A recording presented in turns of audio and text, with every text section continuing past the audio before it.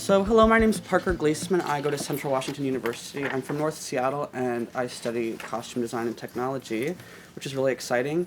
And I was approached by some faculty members in my department before the conference this year, and they asked if I would present a workshop. And I said, of course, that'd be really fun. And, I started chatting with some of my professors, asking what they thought would be a good thing to present that hadn't been done before, that really would be beneficial to a lot of people. And when I finally decided that a basic wig styling workshop would be really beneficial and try to get some basics across the line that you guys could work off of from there. So that's what I decided to do. I had intended to do introductions, but of course there's so many of us, I think we'll probably have to skip past that. I have these great pictures of Eartha Kitt and Betty Grable just for some fun period looks on there. Okay, so the workshop overview. I'm going to kind of talk through the process of what I do from start to finish with, like, to style a wig.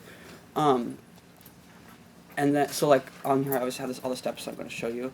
And then once I finish kind of going through it, I'm actually going to demonstrate with her right here how to do a 1940s Rita Hayworth inspired look. And then with this hat I'm going to show you the different ways of setting curls that I tend to use for cold set rolls.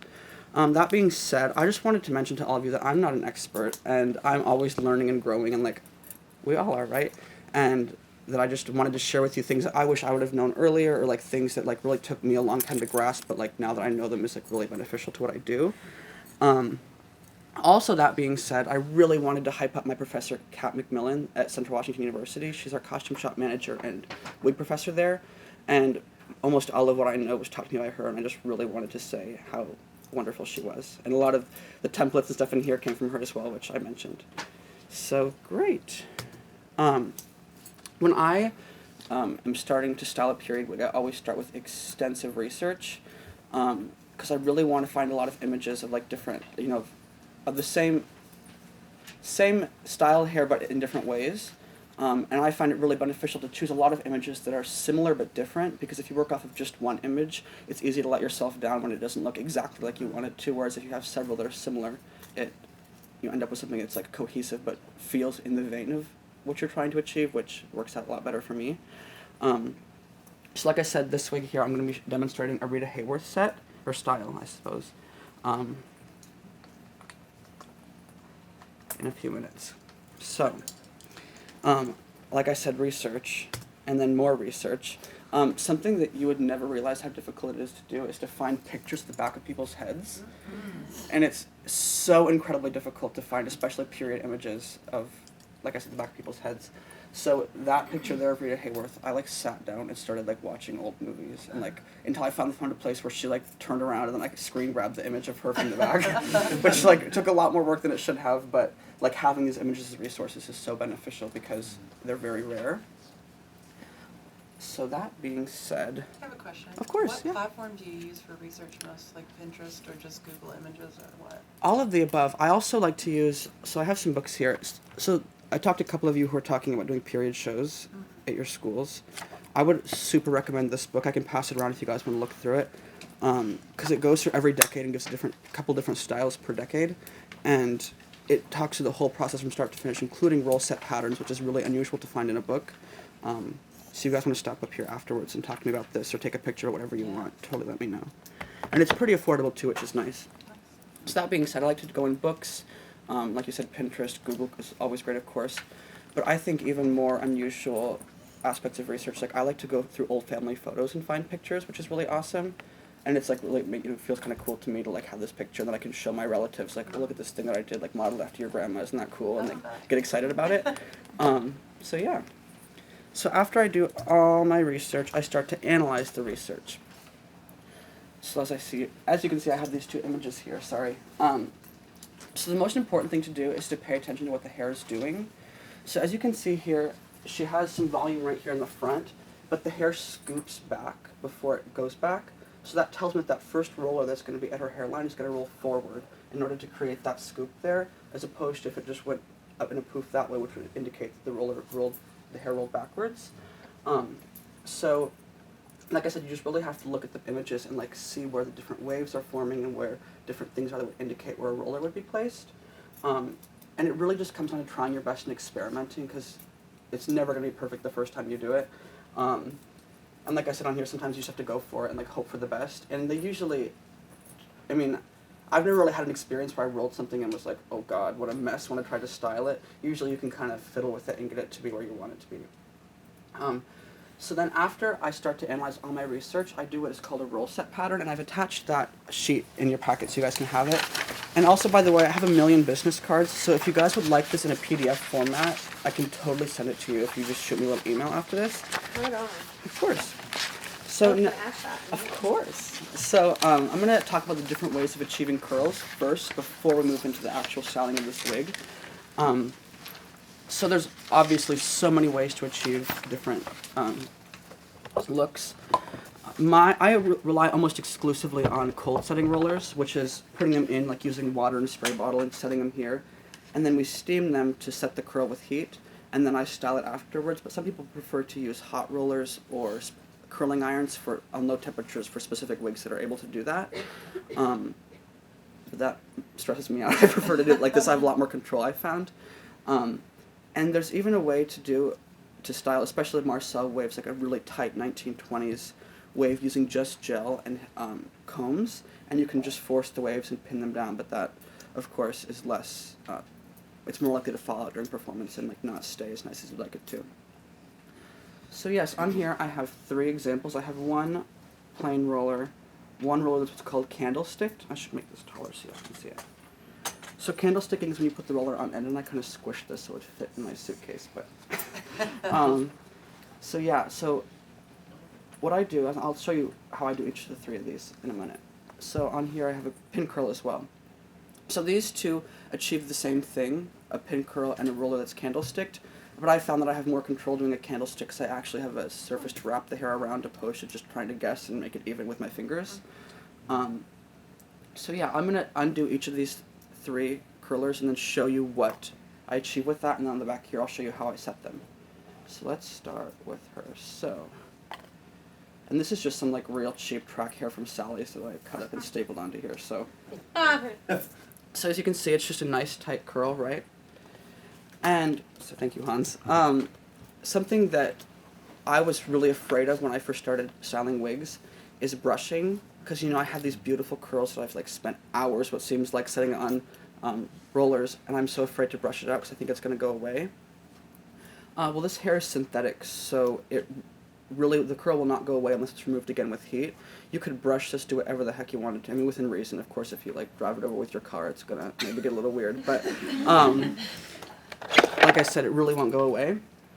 So once you undo a roll set, the most important thing to do is just to brush it and brush it and brush it and brush it, starting at the end of the hair and going up to the root. And as you'll see, with just one quick light brushing, you can already see those beautiful Marcel waves starting to form. And if the hair was thicker, like you can see up here at the root how that first wave would go right there. And like I said, you could brush and brush and brush and brush and brush and brush, and it will never go away, which is really awesome. And so these 2 methods also give very similar results, like just a nice tight curl, which can then be brushed out to form a wave. I personally do prefer to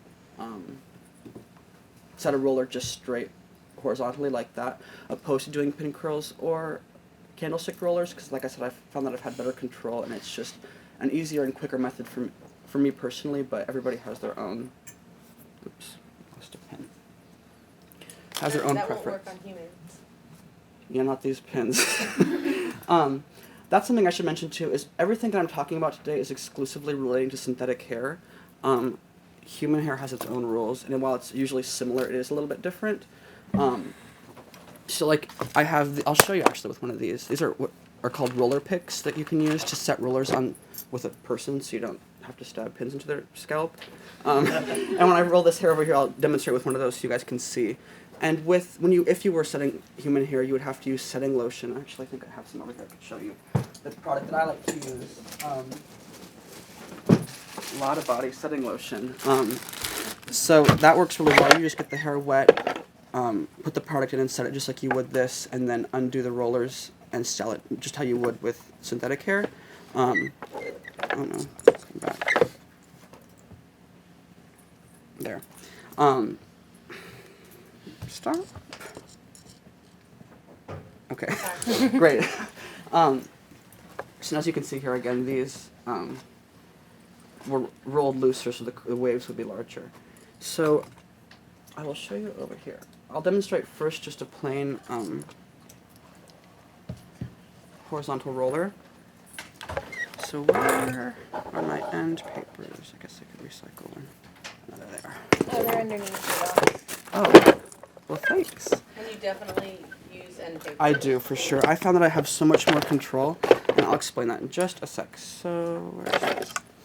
So how I would start to set this hair here is I always start with a lot of water. I really recommend these fancy spray bottles. They're from Sally's, and they're like $6. They're pretty great, I think. You just press it, and it like goes off, which is nice. And I might get this little trim real quick to even this. I see you have a Paul Mitchell design. Did you go to cosmetology school? I did not. That's the exciting thing too, is if for styling wigs, unless you're touring usually, you don't have to be a licensed cosmetologist. But most touring companies require that now, which is a little unfortunate. So what I do is, we're going to talk about bases too. So when setting a roller, it's important to pay attention to the direction in which you're pulling the hair when you start to roll. So see, if I pulled the hair down low like this, when I set the roller, it would finish about right there, opposed to right up at the root. And that would achieve, when you let the roller out and then start to style it, it would leave a flatter spot first and then start to wave. So if you wanted, like, for instance, the hair to be kind of flat on top and then start back here, that's how you would do that. Opposed to on base, which is where you pull the hair straight off from the head so the roller sits right there. And then if you really want crazy lift for a beehive or something wild, you do what's called over base and pull the hair at this angle. So the roller would set right there when you finished rolling. So when you undo that, you have crazy lift right there at the root to create volume. So I'm just going to set these plain on base. I'm going to get this a little lower so you can see that. And I'll use a roller pick to demonstrate that.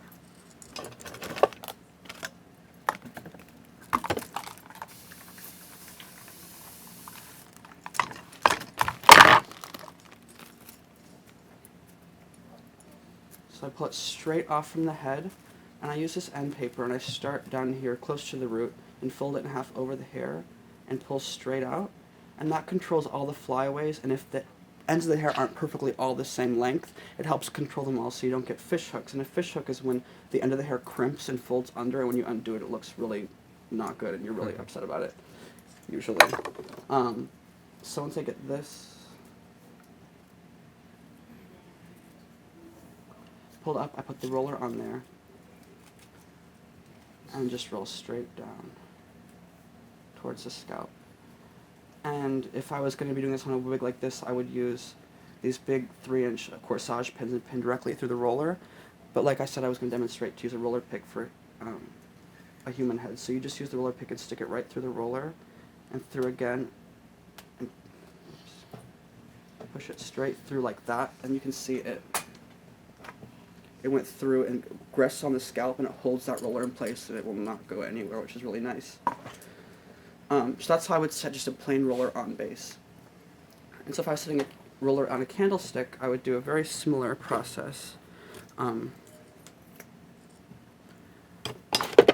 Using end papers as well. And I like to use end papers for pin curls, which some people prefer not to, but like I said, I found that I have better control when I do that. Where's the small one? Is it right there? No, this is what I wanted. So I like to pull, so for instance, if I was starting, if this was the part line right on the wig, some of you can't see this, I'm sorry. And I wanted that first wave, like a tight Marcel wave, like that first picture I had on here of Jean Harlow. If I was doing this right here, I would pull that hair back. If I was doing this side, I would pull back from the hairline and use my end paper.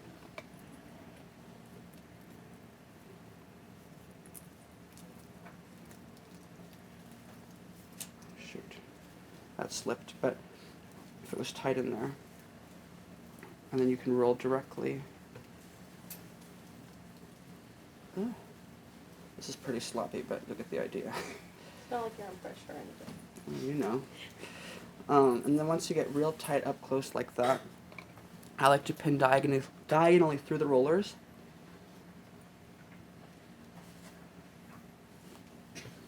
Like that to hold it in place. And I really prefer to use, these are called brush rollers, and so they have like this weird plastic bristle brush inside. Some of them don't have the brush inside like these. But I like these because they're a little more flexible than hard rollers per se, because like they bend, of course, and so you're able to squeeze them into tighter spots, and you can pin anywhere through it without having to try to find the hole on the hard plastic rollers. Or something like this, for instance. And lastly, if I was going to be setting a pin curl, I would do just the same process as I just did on the last one, but I wouldn't use a roller. So I would pull the hair back.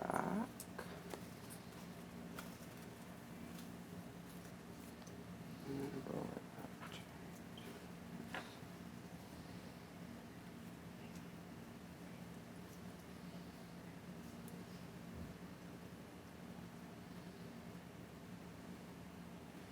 And then I like to use these little clippings, and I prefer the single ones opposed to a double, and I'll show you the difference in just a minute, because I find they don't get caught in the hair as bad. Some people like to use bobby pins or just straight pins as well, but I found that this kind of works well for me, and then I usually like to put a pin through the clippy as well. And so you can see here how that hair is pulled back right before it starts, which would create that first start of the wave right there. Okay, so the difference between a single and a double clippy. This is a double and this is a single. And the ones that are particularly terrible have a divider between the two, like this. Because you try to stick it in the hair and the hair gets stuck in there and it's just a mess. So I prefer the little single ones like this. So we were at analyzing and research different ways of achieving curls. So, like I said, there's many different ways. You can also use hot set rollers, which are the kind, like the velvet kind that come in a hot case. But that puts too much pressure on me to try to get it set before the hair, like the roller cools, and it just makes me anxious, and so I prefer just to do a cold set. So once I've cold set the roller, it's important, since this is synthetic hair, to set the curl with heat. Here, talking about choosing method. So like I said, there's so many different ways to do, to set curls, but I really do prefer to use just a horizontal roller in a cold set. And I showed you those and getting started setting. Great. So, like I said, it's really important to pay attention to what the hair is doing and try to figure out where rollers need to be placed and in which direction they're rolling. So on here you can see a template that's in your packet, but I created this digitally. I usually do them just with a pencil, but I thought I'd get a little fancy for you guys with that. So I pay attention here. So if this is her part line right here, I know that first roller needs to sit at an angle just like that and roll towards her face in order to create that wave. And the same thing here. I noticed that it curves in like this, and so the roller needs to roll towards her face. And then once I've got the, so what do I have on here? 6? Yeah, 6 rolled, the 3 on either side of the part that roll towards the face to create that wave, and the rest of them all roll down and back. And as you'll see here, this is what's called a brick pattern, to where the edges do not overlap of different rows of rollers, because if you do overlap the rollers directly on the edges, it will, when you start to style the hair, can create a gap there where the hair will go out like this, and you can see the wig base underneath that, which is not very great. But there is a method of doing them all in just like 3 rows down the back, which is called a halo pattern. And if you choose to do the whole wig like that, it usually is all right, and that just creates really beautiful, deep, harsh waves. But I usually tend to always do a brick pattern and haven't really had trouble with that. So once the curl is set, like I have done with these, this is pretty sloppy, but you get the idea. I like to use steam to set my curls. So some people like to use just a handheld steamer and hold it onto each individual roller on the head and wait till it gets real hot and steamy and heats up. What I actually do is I just put a plastic bag, like a grocery bag, over the whole wig with it set like this, and put a steam nozzle inside of it, and then tie the bag around the base of the head, and just walk away and let it sit for 10 or 15 minutes, and the bag fills with steam, and the whole wig will heat really nice and evenly, which is really great. I find it works out really well. And then I do like to go through and just touch the really important curls with the nozzle to make sure that these ones right at the hairline did really get a nice, even distribution of heat. So yeah. And so once I've done that, set the curls with heat, it's time to undo the roll set, which I'm going to demonstrate with this wig here.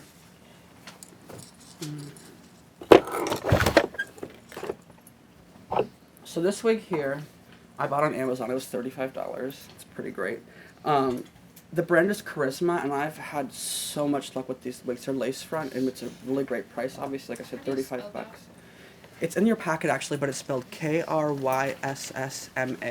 I put it underneath the Wig Resources tab, and they're available on Amazon Prime, so it gets there in 2 days, which is also awesome. But what I have found is that the hairline is quite aggressive and harsh and doesn't look very natural on the lace front.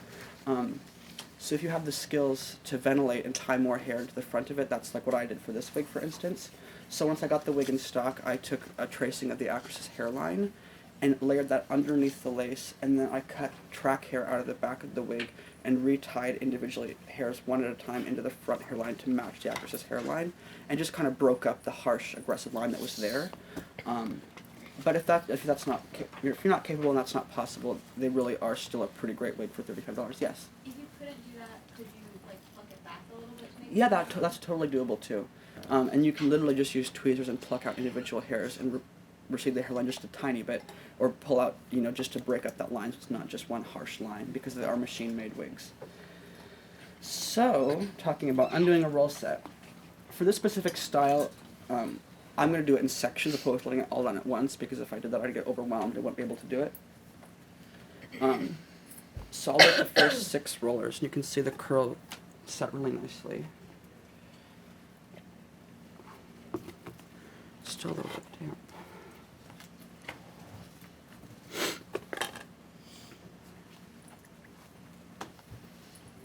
With them being damp, do you think it's going to affect the curl? Or? No, that's something I should have mentioned too. I use a lot of water when styling synthetic wigs, and the water will not remove the curl, which is really great. But if this was human hair and you got it wet and brushed it, of course the curl would just go right away. And I found that when I am starting to style,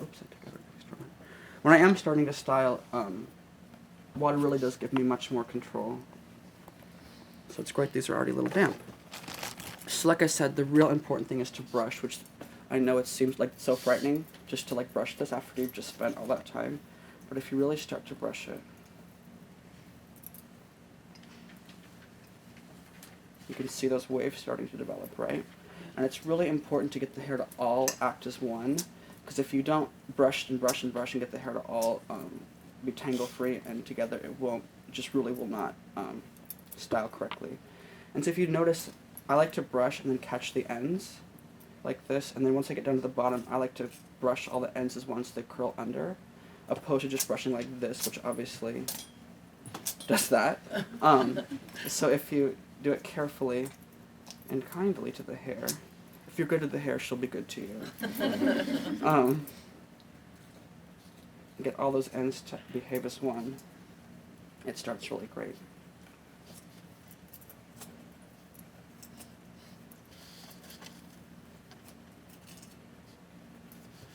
Great, so now I'll undo the next section and do the same thing.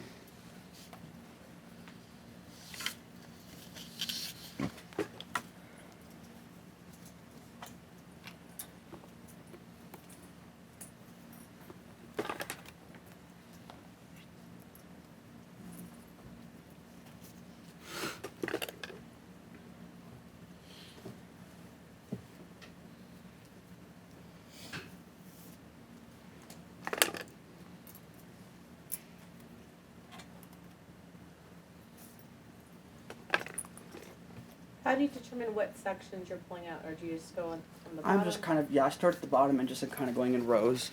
I'm doing about 2 rows at a time. I'm doing them. And then I just do the same thing. I just start brushing. So it's not overwhelming to brush out one mass of curls. Yes, exactly. Because it's difficult to brush the underneath ones if you let them all out at once. And then you get a lot of really unnecessary volume back here, which can look kind of crazy sometimes. So after you let down a new section, you're brushing it into the old section? Yes, I brush them all together. And you can brush it individually and then add it to the other section if you're worried about it becoming too tangled. But I knew that I had brushed out the other one all right before. Right. Is there something you use to avoid the hair getting tangled? Actually, no, which is interesting. Some people do like to use like conditioner in a spray bottle with diluted with water. It does work really great, especially if you're trying to brush a tangled wig. But I found that it adds a lot of unnecessary shine to the wig, and when you're working with synthetic wigs, especially ones like this that aren't terribly expensive, it can really lower in my opinion, how the quality of what the wig will look like. Those are some pretty wigs. Thank you. Yes, let's undo another section. I want to get up there and help you. You can if you want. That's okay. I'll mess it up.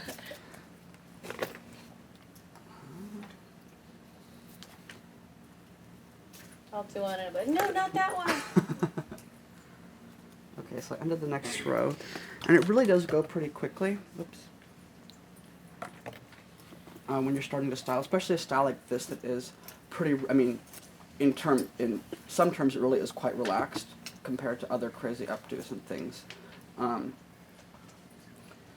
Something that I really wanted to get across in this workshop, though, is that using a Marcel wave or an S wave specifically is so versatile in different period style. I mean, particularly 20th century styles. But theirs was not a single decade in the last century that an S wave wasn't implemented into the style. And that can be controlled with using different sizes of rollers. So for instance, if I was doing a 1960s beehive, I would set the wig in just a very similar way, maybe a different pattern to create what I wanted at the front, but the back would be in a brick pattern just like this, but I would use much larger rollers, and I would set them over base, which would create a lot of volume right there on the top. And then, of course, you just tease it to high heavens underneath to make the volume in there. Is there a good way to, like, remove, like, teasing after you tease the heck out of a wig? Yes, that's, or I would totally recommend using diluted conditioner in a spray bottle with water, but then I would probably wash the wig after I had put all that conditioner in there to get it back out so it wouldn't create too much shine. So it's your tool, and then you just get rid of it when you're done. Exactly. And so this one here is one that I rolled forward, as you can see, to create the start of that scoop there. But like I said, it's just very important when you're first undoing the roll set just to get everything cohesive and tangle-free. Now next time I want you to set my hair. That'd be kind of fun. Okay, so I'm giving you my number, and I'll give you my attention. Great. I know all my friends always text me and they're like, hey, I'm going to a party tomorrow, can you come over and set my hair? And I'm like, you know how long that takes? See, I've, like, personally, I've set my hair, Mm-hmm. and then it looks, like, really curly, and then I brush it out, and then I'm like, why did I set my hair? Because I can't keep the curl. Mm-hmm. And that really is how it is, and that's something, part of the reason why working with synthetic wigs can be easier is because the human hair in a human hair wig will behave how it behaved on the person's head who it originally belonged to. So you know how I'm sure some of you in here say, well, I've tried setting my hair on rollers before and it does not take a curl. A wig that's made from hair like yours is going to behave just the same way. Yes, what's your question over there? So if you find like a tutorial that is someone setting like their own hair or human hair, Mm-hmm. what do you need to do to transfer that to a synthetic? Oh, totally. So they would probably recommend putting in some kind of a product like a setting lotion or a conditioner or even a light gel before they set it, which is not necessary for synthetic wigs.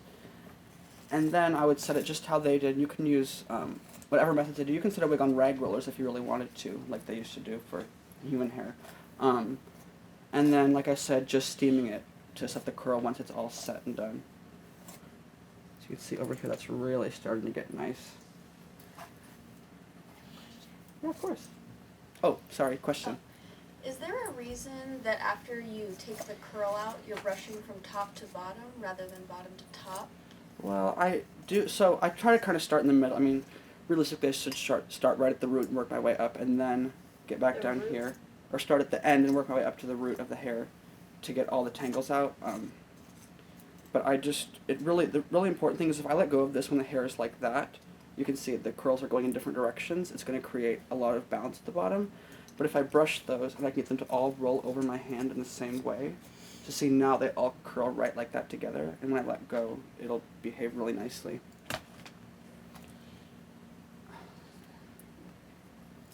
And these pins I have in here are terrible. The really good ones are these pearl ones, but they're crazy expensive, so I use these little cheap ones that you can buy. That's something else I wanted to mention, is just about every product I'm using here, or different styling tools, and these heads, for instance, and stands, and rollers, and picks, and everything, is either purchased from Amazon or Sally's beauty supply store. And so it all should be pretty accessible items, which was kind of something I wanted to. So Make where sure. do you buy the pearl pins? You can buy them on Amazon. It's like $17 for 100 of them or something crazy. But the gauge of the steel of the pin is a lot heavier and they're less likely to bend. Whereas these here with the kind of sparkly tops, they're like $3 for 100, which obviously is a lot more affordable. Because I've used like corsage pins Mm-hmm. from like, I don't know, the like Joann's and stuff like that, and they work pretty well, but they bend a lot. Yeah, that's what happens with these too. And like I said though, for me personally, I prefer just to buy them, and when they bend, toss them and buy the new cheap ones, opposed to investing in a set of real expensive ones, because they still too will bend. But the ones stragglers of the nice ones that I have are around from a set that I bought a long time ago. GPS And that's something too, is like I said to some of you who were here earlier, I have business cards that I can hand out to you guys if you want to send me a quick email and ask for any of those templates as PDFs, or ask where I bought things, or ask for links to things. That's totally cool. And I'd love to do that for you. A question over there. Great. I have a question about your unrolling of the curlers. Mhm. Is there any method to that as you unroll it? Like, are you thinking of direction as you? Not necessarily in the beginning. Like I said, I start at the bottom, because if I start at the top, they don't start overlapping and make a tangly mess. But I will pay attention to the part. So like the part of the wig is rolled intentionally right here. As you can see, these rollers oppose each other and they both roll forward. So when I undo it, they'll unflop that way. And I, of course, would want to brush that in this direction and then lose the part line that I'd set in there with the curlers. But so I would say that there really isn't necessarily a specific method to undoing the rollers. Something else I should mention too is I found that for just long, loose Marcel sets like this, a deep horseshoe cut in the wig is what will really give it nice bounce and volume and create that beautiful shape back here. So I cut this wig myself, and a horseshoe cut literally is just where it's cut starting here at the sides and scoops down in the back. And the harsher you do it, the more dramatic of an effect it will have. So this one is kind of a subtle horseshoe cut, but really I think it really does work out great for this purpose.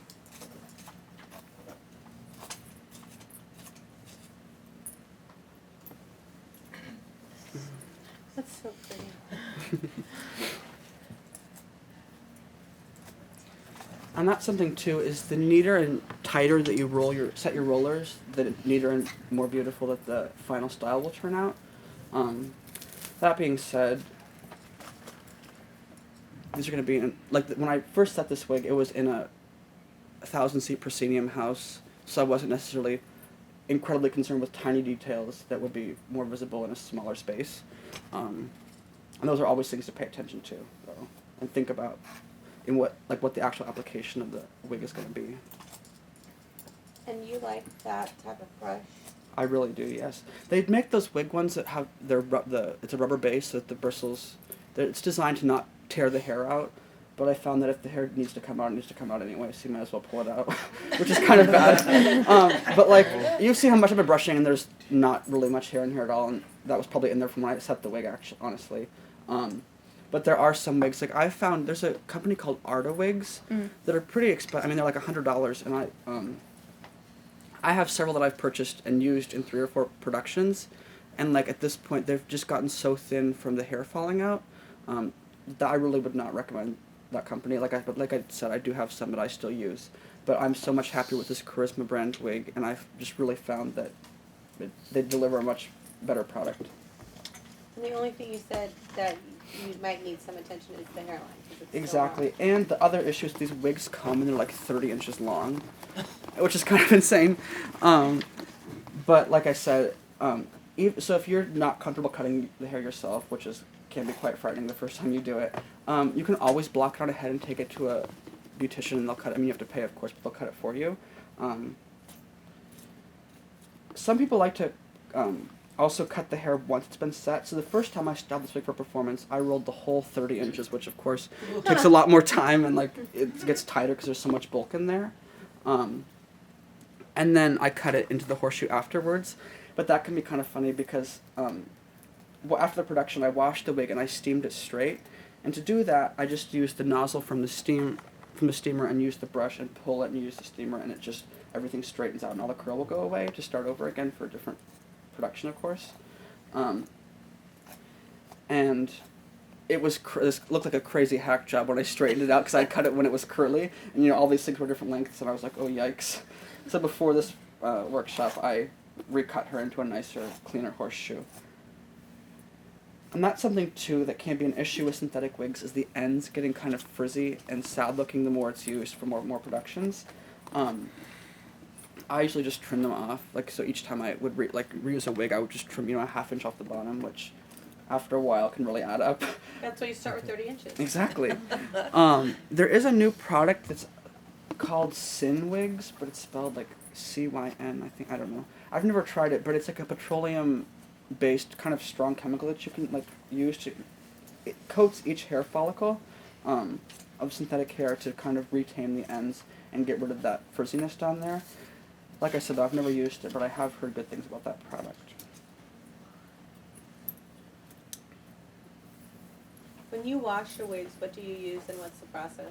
Oh, that's a great question. So, if it's a hard front wig, meaning that it's not a lace front, I just throw it in the sink with some shampoo and give it a nice, agitation in there, and then hang it to dry and make sure that it doesn't get kind of musty and steamy and weird. But for lace front wigs, I will cover my canvas head in a plastic bag, like a grocery bag is fine or whatever you've got, and tie it tightly around the bottom, reblock the wig on here, like I have this here, and then wash it, just put it in the sink and wash it with shampoo and let it dry on the head.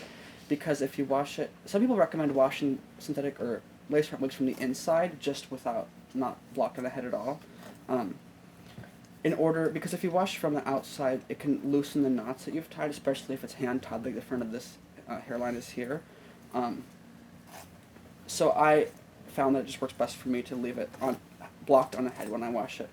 But the issue is if you leave it on the head just like this uncovered and wash it, the inside of this foundation is made of cork, and when it gets wet it expands, and then all these seams burst and all the cork starts crumbling and falling apart. And for how expensive these heads are, it really is a shame to wreck them like that. How expensive are the heads? So that's the thing. The heads can be as expensive as you want them to be. These here I bought on Amazon and they were like $35, but you can buy really beautiful high-end ones. The heads with the longer necks, I'm sure some of you have seen, are a lot more expensive, but they really are nice. But yeah, a decent one like this can be had for $35, which is pretty nice. I have never used a lace front wig. Really? And could you go over the process of blocking? And obviously Yeah, of that course. white strip is not going to be on. Of course. How do you put that on, and what is that? So, this is a great question. So, everybody that I go to school with, all my professors always attack me because they think that I use too many pins in the front. Because theoretically they should be like every 1.5 inches. But I've found I'm very aggressive when I style wigs because I like to brush and brush and brush. And if there's not enough pins there, it will pull backwards and can tear holes in the lace.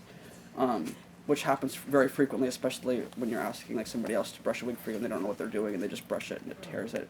And it's virtually ruined. I mean, you can trim the lace back, but once you get too close to the hairline, it does have to be entirely refronted. So I like to start in the very middle of the hairline here, and this here is just bias tape. Some people like to use twill tape, but I found that I can get a nice curve on the bias, like you guys know, bias curves. And so I'm able to get this to lay smoother and flatter on the hairline opposed to twill tape. Some people use shoelaces, and whatever you can find really. But a nice, I do prefer something that's cotton though. And lay it as flat as you can and just pull the lace. As you can see, there's no ripples in it at all. It's there's one there. Oops, I lied.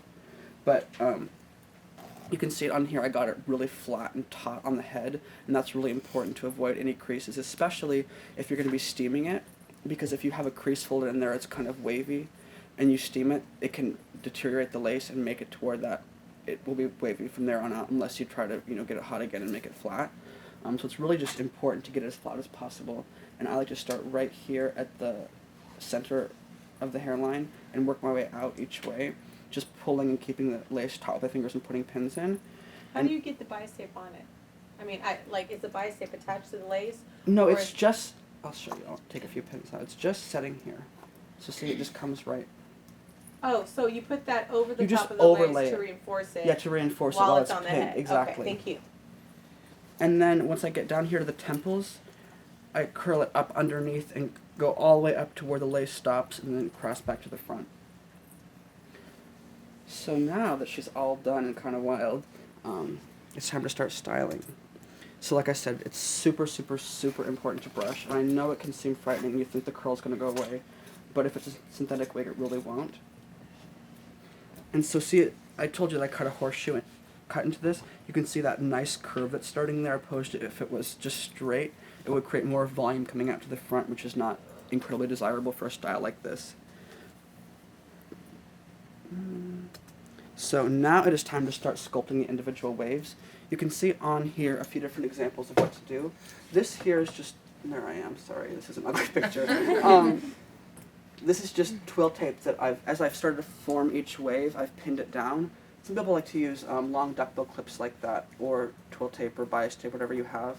I like to use a combination of both usually. I kind of start and go off and then do what I can.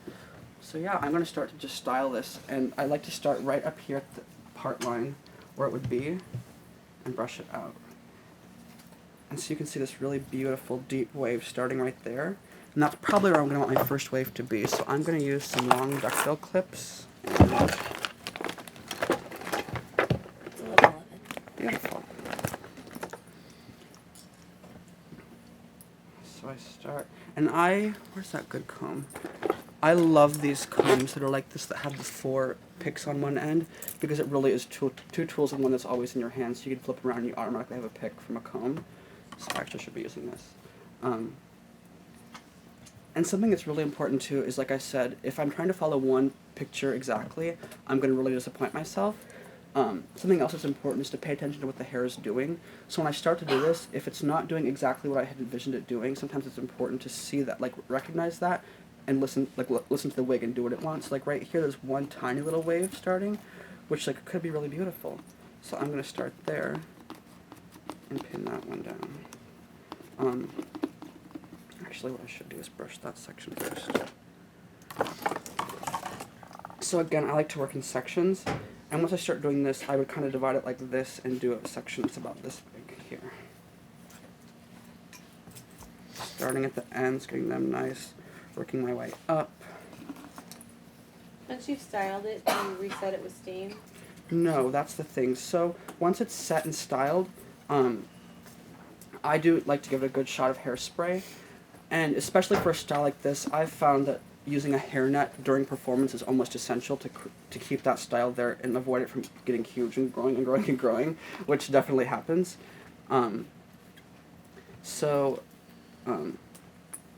Yes and no. So once it's done, once I have it in this condition here, I would give it a nice shot of hairspray, maybe a shot from the hairdryer to cook that hairspray and give it just a little more heat.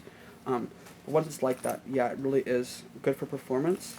But that's the thing, though, that is kind of difficult about styles like this, is they really do require restyling before and after every performance, which can be quite laborsome if you really don't have the time to do that. It's something to consider.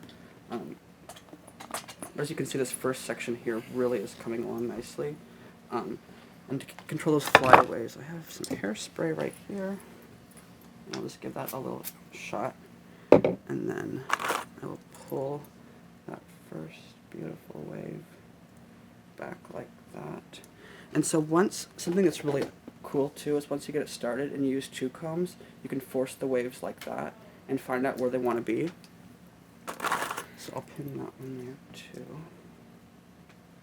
And there's one little one right there. And I'll get that little shot of hairspray. And I like to use the pick end of the comb to control these flyaways like this, and to get this to all lay nicely. Is there a certain kind of hairspray that you like to use? Not particularly. I do usually avoid using aerosol hairsprays, not for any particular reason other than that it's an aerosol.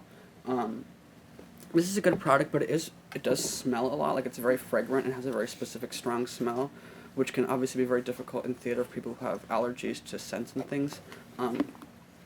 But it really does hold nicely. But any hairspray should do. I obviously prefer a stronger hold opposed to something that's lighter, especially for an application like this. So yeah. Have you ever tried Got to Be Glued? I've not. Oh my god, I love that. That's something else too that can be used in aiding you in styling are these pins. So you can use this to pull the hair one direction and pin it like that as well. So see, as you can see that wave there, I did that, and it's starting to lay really nicely. My one complaint about this brand of wigs though is that they are kind of a little, can be patchy in the top, and when the hair is tied into the wig, it's folded over on itself, and so there's a little short hairs that sometimes can pop out. Like you can see these here are starting to like come up, which we can obviously work around and pull the hair to cover them, but it's something that is a little bit less than ideal. And so once I start to get this style on the top really nice and beautifully,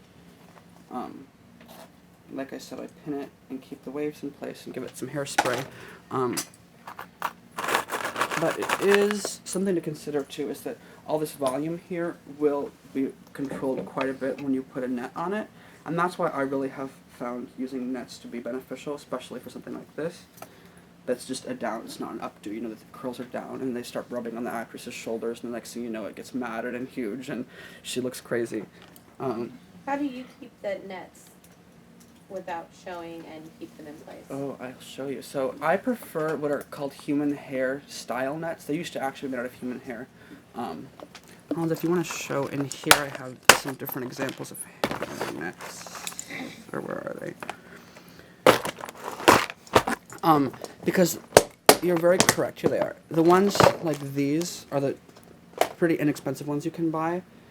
But they have this elastic around the edges. And they also come to, there's two spots in them where it like gathers up like this and has a little like knot. And I really do not care for these at all. Because like she said, I found that they'd show and they're just, can be very difficult. Whereas this one here is a human hairstyle net. And the holes are much bigger, and there's one opening in it somewhere that's can be very difficult to find. There. See, once I open that, there's no elastic and there's no knots in it that can disrupt the look, and it's like a lot, like it just really disappears on a wig, which is nice. The only difficulty is they are kind of hard to find, and they can be kind of expensive. I mean, they're like $3 or $4 a piece, but they usually do require a new one for every performance, which can really add up, especially if you have a lot of wigs. But it really helps, so like you can see there, once I start to put it on there, it pulls everything together and just really disappears into the hair. My brush now. Oh, there it is, hiding back there. So I just keep brushing and listening to what the hair wants to do and looking at it and paying attention to where the waves are forming and where I want to be. And for me, usually, I just pay more attention to these two sides right here for the waves on the top of the head and make sure that they're looking nice, and the back will just kind of go together pretty naturally, or it should. And then just really taming the ends to brush under and work together is what will help control that volume back there. And then, like I said, once you put a net on it, it should really come together nicely. When you're setting the waves, do you always start on the top, or is that specific to the style? I usually always start right at the part line at the center front of the hairline, because if you start down here, you're going to have all this hair on top in your way while you're trying to roll them up, which can be kind of difficult. But something to keep in mind, too, is for an updo, which this obviously isn't, I almost always, the bottom 4 rollers, roll them up opposed to down, because when you pull the hair up, it will create a really nice kind of little pocket back there of hair with a little bit of volume in it, whereas if they're rolled down and you pull it up, you get kind of an ugly hook right at the root, which can be a little bit less than ideal. And that really just does come from experience. But as you've seen on my PowerPoint, I've had a few period images, like out of magazines and advertisements, showing different roll sets, which can be so incredibly beneficial, finding true period sets like that. And there's even a book somebody published that has all these old advertisements for movie stars that, so it was like, if you want the Jean Harlow look or the Rita Hayworth look, this is the way to set your hair, and it shows, you know, how they set their hair. But I have found that most of those do tend to be setting it in pin curls, which I prefer not to do for my own, just for my own personal reasons, because I have more difficulty getting them nicely and evenly, as you can see with those two there.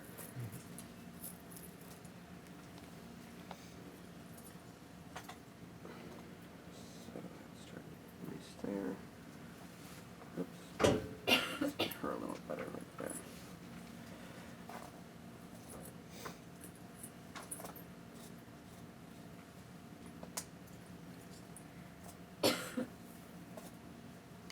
And I usually just work from one side to the other once I get everything on top pretty close to how I like it.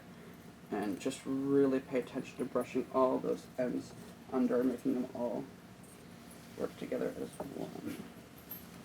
Like, come on. That.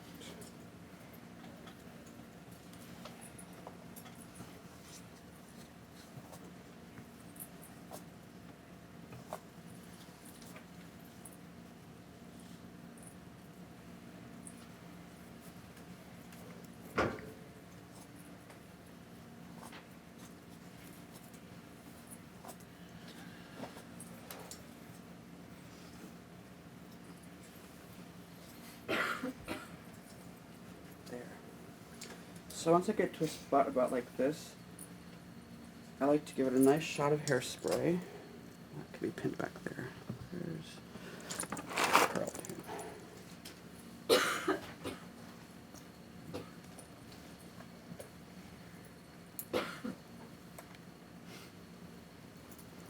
When you restyle the hair, Mm-hmm. is it easy to get the same look? I mean, is it easier to do the second, third, fourth time? Or does it have its own unique style every time? It is a little bit unique each time, and that really does depend on the performance.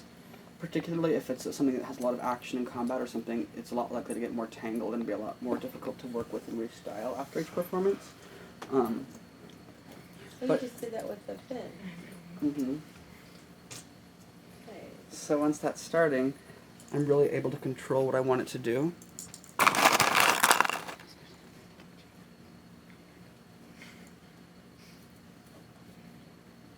Like that. Beautiful. And then I would go ahead and put a net on it. If I can find it. You said you fill in the front, you ventilated, I quite, did. but you pulled out one of the. Yeah, so I just took a seam ripper and some scissors and cut out like a 2-inch chunk of hair out of the back somewhere randomly where I knew it wouldn't show, and then cut the hair apart and then retied individually into this front hairline. So you can see it has a widow's peak in it, which was not there originally. And then I just kind of went along and broke up along the rest of the hairline just so it wasn't one harsh line and just tied in. These should all be single hairs that are tied in one at a time. There's some doubles in there too because I got a little lazy. Just had a little more volume. But, so once I get this... Does it matter if you have a real hairnet that matches the color of the wig? So if you looked at this one up close, it actually was brown. It is like you wouldn't want to use a blonde one on a black wig or a black one on a blonde wig, but as long as it's somewhere within the color, it usually works out pretty all right. And I got lucky and was at a Sally's one time, and they had a bunch of them that were on some crazy sale, and they were like 10 cents a piece, and so I bought like 50 of them. Later to realize every single one of them was black, and I was like, oh. That's fine. But they do work out still all right for dark brown wigs, but on something like this, it might be a little too dark.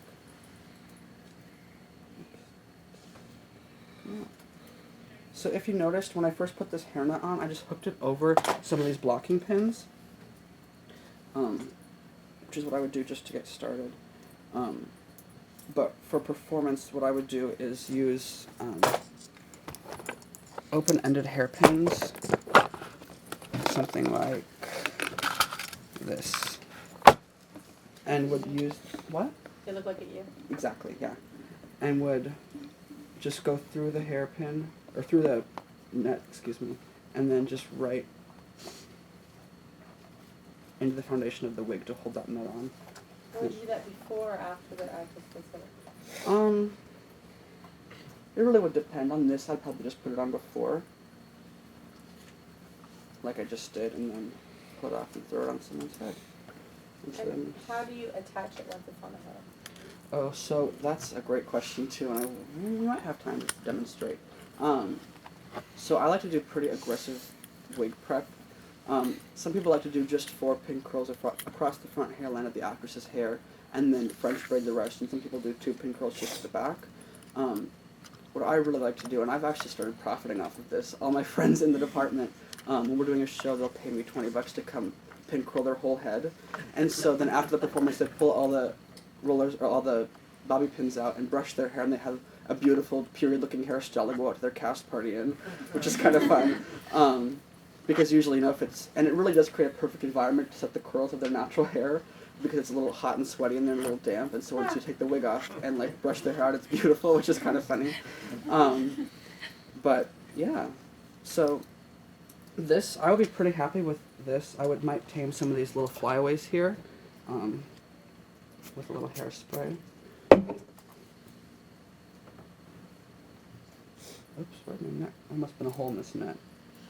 Let's find another one. You have a question. Oh, great. Do you have any tips for like someone who has really, really like naturally dark hair and you're trying to get a blonde wig and like it's kind of peeking through? Yeah, for sure. So when you do your wig prep, which would be any way of containing your hair against your scalp underneath the wig, it really just is important to get it as flat as possible, whether it be if you're pin curling the whole head or pin curling and French braiding or just French braiding. I found that if I just French braid the hair, I don't really have anything really nice to pin into to hold the wig on, especially in a show that has a lot of, movement or combat where they're going to be dancing or, But a great tip is I always use a wig cap that's the color of the wig I'm putting on the head. So in here I have a bunch of wig caps somewhere. That's a great. Great. tip. So like if I was putting a blonde wig on you, I'd use a blonde wig cap underneath the wig so that if it showed through, it would not be, it would be this color opposed to your dark brown hair. If it was a really super high-end lace front wig that was hand-tied, they would literally line the wig with raw silk that they color matched and dyed to your skin tone, which is something that I've had to do before, which is like a giant pain, of course. But yeah, I would just totally recommend using a wig cap that's as close to your natural hair colors, or as close as the color of the wig as possible. For this past show, when I used this wig, the actress had pretty similar hair color, and I think I used this hairnet, which is usually the closest you can get to red. And I really don't have a preference for the open weave or the just like plain stocking caps. I really have found they both work all right. And something else is these things will start to look real gross and have holes and shreds in them, and it really does not matter as long as you can still get it on their head and get it pinned tight. It really doesn't matter if they're looking ugly. Something that's very important, though, is to wash these after every performance because they can get real dirty. And that's something else, too, that I'd recommend is after every performance when I used this wig last, Where do with that net now? There. When I took it off the actress every night, I sprayed the inside of the wig with the same concoction that I spray in costumes after every performance, which is usually a combination of vodka, water, and essential oil. Just to spray on the inside of the wig to disinfect it, because they do get really hot and sweaty and crazy in there. And if you spray that, it really kills the bacteria and keeps it from smelling, and you can get more use out of it before you have to wash it. What essential oil do you use? I really don't care. I just use anything that's pretty neutral, and I always ask all my cast members if they're allergic to anything before I do a show to make sure I'm not putting lemon oil in there if they're allergic to lemon. But the main reason I do it is because it does add a nice scent, but it also makes it toxic so the kids won't drink the vodka backstage because that is something we have to worry about. Which is ridiculous, but So yeah, this is how I would style her. Yeah. So, I still have a lot more to talk through with you guys, and we have some time, so maybe we'll do this, and if we have time, we can put this on someone. That'd be kind of fun. So what do I have on here next? Wait, somebody pink curl me. So as I showed you, you start to arrange the waves, and some people prefer to use these Marcel Clips too on each turn of the wave. These are so difficult to find. You can buy ones like these from Sally's or somewhere that are really inexpensive, but they're like really poorly made, and they're very sharp. And if you're using it on a person, they always complain, like the little teeth are like so sharp. And the only good ones that I only have like a few of them, are like actually from the 1920s that I found at a thrift store. Wow. So like if you want to like hunt on Etsy or eBay and find a set, they're a hot commodity, but they really are great when you have them. They last forever, of course. Like these are 90 years old and they're so strong. How do you use those to style it? So I would do this in this process here, and some people think that you put it right in the center of the wave, like here, but I would use it right where the wave starts to turn, where the harshest, you want the harshest turn in the hair to be, which would be like right on the ridge between each wave. Oh, and it like crimps. It crimps it, exactly. And so then you can give it a little shot of hairspray and hit it with a hair dryer if you wanted to, or even just let it dry entirely would be fine too. And then when you undo it, you can see it just really tighten up. And if I left it longer there, it would really tighten that up. But yeah, like I said, I like to use a combination of all the different tools when styling the long duckbills, these, and twill tape usually if I was going to really style this beautifully for performance. So then I talked about finishes, nets, and hairpins. I showed you that already. Sometimes it's important, like you have to use hairpins when you're actually styling a wig, which can be difficult if you're pinning into this and then you try to remove it from this and put it on the actress's head. That can cause some trouble sometimes. Like for this wig, so this wig I bought and styled and used in a performance last fall, and it was in the same Rita Hayworth style. And so for this particular instance, I used small pins like this to pin right back into there to keep that hair controlled. And keep it out of her face because that was something we were definitely worried about for this show. I'm sorry, can you do it on this app? I can. So I just literally went right back into there and flipped and turned in. And sometimes you might have to put a couple in there if there's a lot of bulk like this is, or you can use bigger hairpins. That's something that's really important though with using open-ended hairpins like this opposed to bobby pins, is putting them in the opposing direction of which you want them to end and flipping them and turning them down in to really catch as much grip in there as possible. So great. So like I said, you have to restyle before and after every performance. It's really funny. I found this picture of Rita Hayworth like ruining her hair, and I felt so bad for her stylist.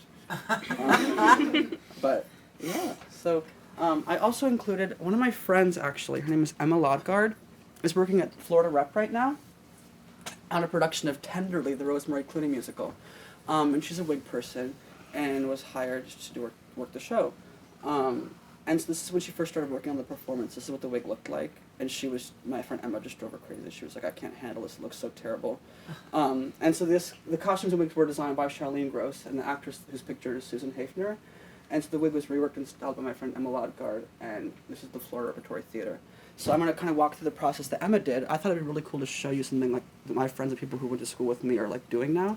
So that's what it looked like before. So she thought the hair was too thin in the back, and this is a human hair wig. This is before, and so as you can see here, the hair is nicer and fuller. She went through and hand-tied more hair into the already existing hair structure, which is so difficult to do. It's like doing something like this in the hairline is pretty easy because it's just open and I can tie and see everything. But she's having to pull the hair, move it out of the way, and tie more knots in there to create more volume, which is a lot of work. And then you can see there in the roll set that she redesigned and put it in there. And so see, this here is a halo pattern, like I explained, where the lines align up. Well, there's 3 rows there that line up, which will create more looser curls. And so this is here when she started to style it and brush through it. And you can see here she used twill tape and pearl pins just like I showed you. Something else too is if you're not wanting to have to reset a wig after every performance, especially if it's human hair, you see here she just recurled just the ends to keep that nice scoop there. So when she took the wig off the actress, put it on there, and just did that to wait overnight for the next performance to keep the ends from falling and flat, which is so smart. Emma's great. And then you can see here, this is after she had completely redone the wig. Nice. I know, isn't that so cool? It was so funny. I was like here last night, like thinking at my workshop, and I was like, I should talk about Emma's wig. So I called her and I was like, Emma, send me all the pictures of your wig, and she was like, okay, sounds good. Free publicity, right? Look at how much happier the actress is. I know, right? It just looks. It was so funny. My friend Emma was just trying to be so nice about how the wig looked when she first got there, but she's like, it just looked terrible. And it's really cool too because you can see. She was also trained by Professor Kat at Central, who is incredible. And if you guys want her contact information, I will gladly give it to you. Yes. How did she keep that like wave curl in the front? A lot of hairspray, and I'm sure there's bobby pins hiding in there somewhere. And something else too. If you noticed in the pictures I showed you, this Rita Hayworth style, there was more volume right here at the top, which would require a lot more work to do that. And for this process, I thought it'd be easier just to show you this. But you could do a tiny bit of back combing in there, or you can also just literally pull it like that to create a little bit more volume. We often employ the use of what we call rats, which I know sounds kind of gross. Oh, never. Save your life. And so whenever I brush a wig and like all the hair falls out, I always save the hair. And then we have old hair nets. So like here's a little chunk of hair out of her from when I set her the other day. And when hairnets get old holes in them, we save the hair and wrap it up in hairnets and just save them and keep them in stock, of course, wash them. And whenever we're doing a style that needs extra volume, we usually try to put those in there whenever possible, opposed to backcombing or routing the hair, because it's really kind of bad on a wig to do that. So whenever possible, we add volume through ways other than backcombing. And so that's, I'm sure that there could be a small route underneath there as well. And you can buy a product, I forget what it's called, that's kind of this spongy, like, foam that's, like, knit, almost. It's what they make those, you know those sock bun things? Oh, yeah. It's like that product, but you can buy it just, like, by the yard in fabric, and then shape it how you want it and stitch it up real quick. And if you wanted to create, like, a half moon shape out of it, you could literally just do that and stitch it together. And then flip the hair forward, and then pin it to the head, and then flip the hair back over it, and pin directly into that product is really great. I have noticed when using it that it can be difficult to cover sometimes, especially if it's not exactly the same color as the hair. And even a great tip is to buy those cheap sock bun things at the dollar store and cut them apart and use that product if you're really wanting to add extra volume in there. Okay, so this is a beautiful wig styled by my friend Samuel James Wigs. Isn't that beautiful? How tight those waves are? Yeah. So does anybody have any additional questions for me or comments or concerns? Yes? Are there any, like, places that you kind of learn, like, did you kind of learn this style hair in ways like watching videos or, like, just kind of, like, doing it or looking at actual, like, human hair? Sure, of course. So something I should have mentioned too is my grandmother was a beautician in the 60s and did all kinds of work on wigs, traveling around. She actually worked with Vidal Sassoon for a while, which is pretty cool. If you look good, we look good. Right?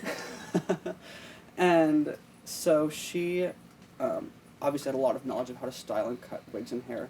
And so whenever I get myself into a bind and I'm like, oh my god, what do? I call her and I'm like, Grandma, help me. Or I'll take wigs over and she'll help me style and whatever. And so when I first started doing shows, I was an actor, of course, just like the rest of us, right? And I was working on a production of Cinderella, actually, and we had this, they wanted a wig for Cinderella. So they bought this wig and it came and it was just like this 30 inches long and stick straight blonde hair. And they were like, oh no, what do we do? And of course nobody knew what they were doing. And I said, let me ask my grandma, I know she might be able to. And so I went over and she styled this wig for me. It was beautiful with this French twist and this crazy updo with curls. It was beautiful. And so ever since then I've kind of been working with her a lot and like watching her and asking her questions. And of course now with the internet, things like YouTube videos from drag queens and all kinds of things are like super awesome resources to have access to. But really, I would have to say that the most of like what I've learned has happened at Central from my Professor Kat. She is absolutely incredible and so helpful. And that's the thing too, is I get myself into a bind where I like take on too many projects and I'm like, Kat, I need help. And she teaches a wig class at Central actually, and so she's styled wigs for me as examples for class, you know, so we each get something out of it, which is kind of helpful. So yeah, but a lot of it really also is just practice and trying things out. Something else I forgot to mention that happens more frequently than you would think is so you style this wig right and you spend hours getting every hair perfectly in place and you put it on the actor and it looks terrible. Because that's like something that like you don't take into account, like their face shape, for instance, and like what is this, you know, should this first wave go forward or should it go backwards, you know, and things like that. When you put it on their head, you really can't know until you put it on their head, which can be so upsetting, but it's something to keep in mind, you know, and not let yourself down, and just really just does tend to be one small thing that needs changing in order to make it look beautiful on them. Do you ever incorporate the person's, I mean, obviously, I don't think you put it on a lace front, but on a non-lace front, have you ever incorporated their hair, if it's the same color, into the styling of the wig? I have not. Well, actually, I guess I could say I have. With the use of like a fall or chignon or a wiglet, which is like not a wig that covers not the full head. So for instance, I'm trying to think of an example that you guys would know of. You've all seen Funny Girl, yes, the movie, Barbra Streisand. Mm-hmm. The scene when she's in the beautiful blue dress and has that crazy huge, like curly, giant hair, that she must have had 3 wiglets on the back of her head, because the front, like the hairline all around the edges is her natural hair that's pulled back into a very tight bun, which really works out well because that doesn't have to be, so the wiglet pins onto the back of her head and there's all these beautiful curls that are all teased with beautiful little pearls and stuff sewn into the wig. And yes, so sometimes you employ these, or like a fall, for instance, there's what's called banana clip falls, and they have these long plastic kind of curved clips in here that are hooked together with elastic, and you stretch them and they catch right into the hair. And so in instances like that, when I'm not using a full wig, of course you would incorporate the actress's natural hair into the look, but no, I have not for just something like this, for instance. Which it's possible, especially to use a hairline. I've seen people do really incredible things, just pulling somebody's hairline back tight, slicking it down, and then setting a hard front wig just a quarter or half an inch back on their hairline, which does create a more natural effect. And you can pull baby hairs out once the wig is on, and that is incredible, especially with the use of like weaves and things is so incredible. Like there's so much to learn there too. So yeah, does that answer your question? Great. Thank you. Of course. I heard that it's important when you're brushing the wigs to make sure that the tongs are like, there's a difference between using plastic versus metal. Have you noticed that? Oh, I have no idea. I've never heard that before. That's something interesting. I heard wonder that why. The plastic makes it fray easier, like the tips and stuff, and so that it's better to use metal Oh, tips. great, Is that yeah. right? Yeah. If you go to put on a wig on someone Mhm. and then you find out they have lice, You know, Ooh. Oh. I mean, I've never been in that situation before, but I probably would. I don't know. I feel like that's an above me issue. I would go tell somebody else, the stage manager, I don't know what you're going to do about this, but I'm not dealing with it, you know? I don't know, but It's not my realistically, division. like, to solve my problem, I would just take the wig back and probably soak it in vodka or some, antibacterial chemical. I don't think that would kill the lice though. See, I don't know. That's a great question, but I don't know the answer to. Oh, that makes my skin crawl. sorry. No. It's a real life problem. Does anybody else have any questions? Yeah, they do. They would die off if you just Yeah, I have one.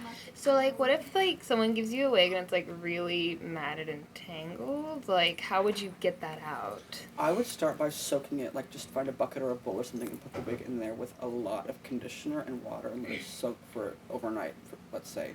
And I would pin it onto a styrofoam head. If it was a hard front wig, let's say, I would pin it to a styrofoam head because I wouldn't want to get all that conditioner and water into this canvas. And then just start at the ends and just brush and work your way up to the root. It really can be so difficult to get a wig undone that's been matted. But I'd recommend working in sections, doing what you can, and realizing that there's a point where wigs do die, and like there comes a point where a wig is just too, it's just ruined beyond use anymore. And in that instance, we usually can cut the hair out of it and reuse bits and pieces from different wigs and slap them together, which is kind of fun too. So like this wig, for instance, the first thing that will go is the ends will start to just get kind of frizzy and weird because it's synthetic. And like I said, there's that new product called Sin Wigs that I have not tried that's supposed to curb that problem. But for this purpose, like when I re-rolled this, the ends were kind of sad, so I did just give a nice little trimmer on the bottom to get rid of that. Like I said, there's only so many times you can do that before you lose too much length and the wig is virtually useless to you. So, have you ever, because, like, I do stuff at community theaters, and they'll, like, hand me this, like, cheap $12 wig, and they're like, make this look beautiful, and it's like, I don't know how. Exactly. I've seen a lot of really incredible tutorials about soaking wigs in fabric softener, really inexpensive wigs. I've never tried it, but I've seen, because I've never really been in that situation before. But I definitely would try it, and I have seen incredible results with that, and I'm sure if you just typed in cheap wig fabric softener on Google, you'd find 20 different videos explaining that process, and it really is incredible. Sure. What's the difference between using a styrofoam wig head versus one of those softer ones? I've only ever used styrofoam. Great. So this is actually pretty hard. It's like made out of cork underneath the canvas. And first of all, this is more shaped towards a human head, and like the more expensive ones you buy, of course, the nicer they are, and they're, perfectly the shape of somebody's human head. And you're able to pin into this a lot better, and it's a lot sturdier foundation to work off of. And I really if you are able to invest and buy a canvas wig block, I would recommend it tremendously. And like I said, they're available on Amazon, and I'm sure you could search around and find a really good deal on one if you really had to.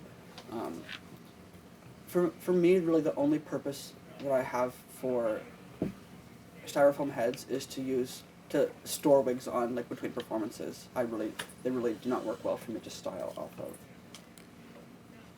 Any other questions? How do you put a wig on a? Do we have time? Are we ending at 50? We have 5 minutes. Who wants to try her on? I will. I have short hair. Whoever, somebody come up here. You have a bump in your hair. Oh yeah. Okay, Hans, you want to put a wig cap on her for me and just slick her hair back? We're not going to do a real wig prep, we don't have time. That's fair. I told you guys to pin curl my hair. What happened? Oh no, she's stuck. I really like your hair. Thank you. So see, the bias tape was literally just overlaying on there just to add some Should we put it in a stability. bun? Yeah. Look. Something else that I experimented with on this show, which I'd never done before, well, I'd seen it done, but I'd never done it myself, was placing mic packs underneath the wigs. Because this show was set in the 1930s, and the women are all wearing these slinky dresses that are all backless with low necklines and just these tiny thin straps. And I really didn't want to bother with having mic packs underneath or seeing the cords everywhere, so I put them underneath the wigs, which worked out really well for this specific performance. Yeah. Have you ever, for like a special effect wig, have you ever had to incorporate like lights or anything like that before? Like, what's the weirdest thing you've ever had to incorporate into a wig? I've never, so, in our wig class that we have at Central, She's stuck. we actually have a project where you make a non-realistic wig starting with that foundation coming. I have a chair for her to sit in. Great.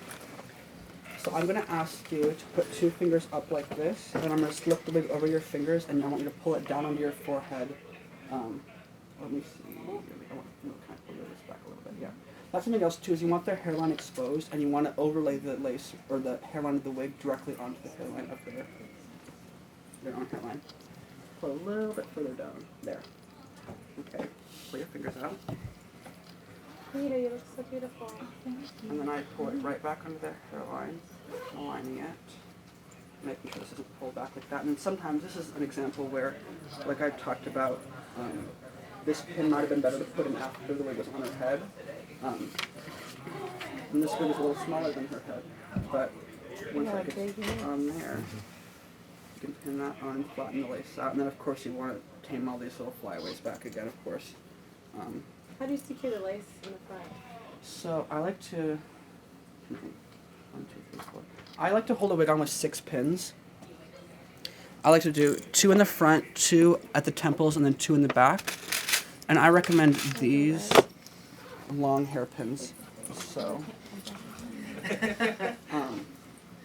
It'll be on the if this was in her wig prep, she would have a pin curl right there and right there, and I would slip these pin curl or this pin through the lace, flip it, and push it back, and then kind of fix that once it was in. And of course, it's not aligned with her hairline at all. And do the same thing there, and then there, and then at the 2 back pin curls. But if it is going to be a show with a lot of combat, or it's a wig she wears the whole performance and never removes, never has a wig change, nothing, I might put a few more pins in. And I found that doing a cross with 4 pins, 4 of these large ones at the, I don't know where they are, at the top of her head back here, and do 1 there, 1 there, 1 there, and 1 there, can really anchor that wig on well. Nice. Yeah. And then if you, for her, since this wig is tight on her head, we might put 1 behind each ear, pull that down a little, in the back a little bit so her hair doesn't expose. Great. Thank you. Well, that brings us to the end. I have business cards if anybody would like to contact me with questions or for PDFs, whatever.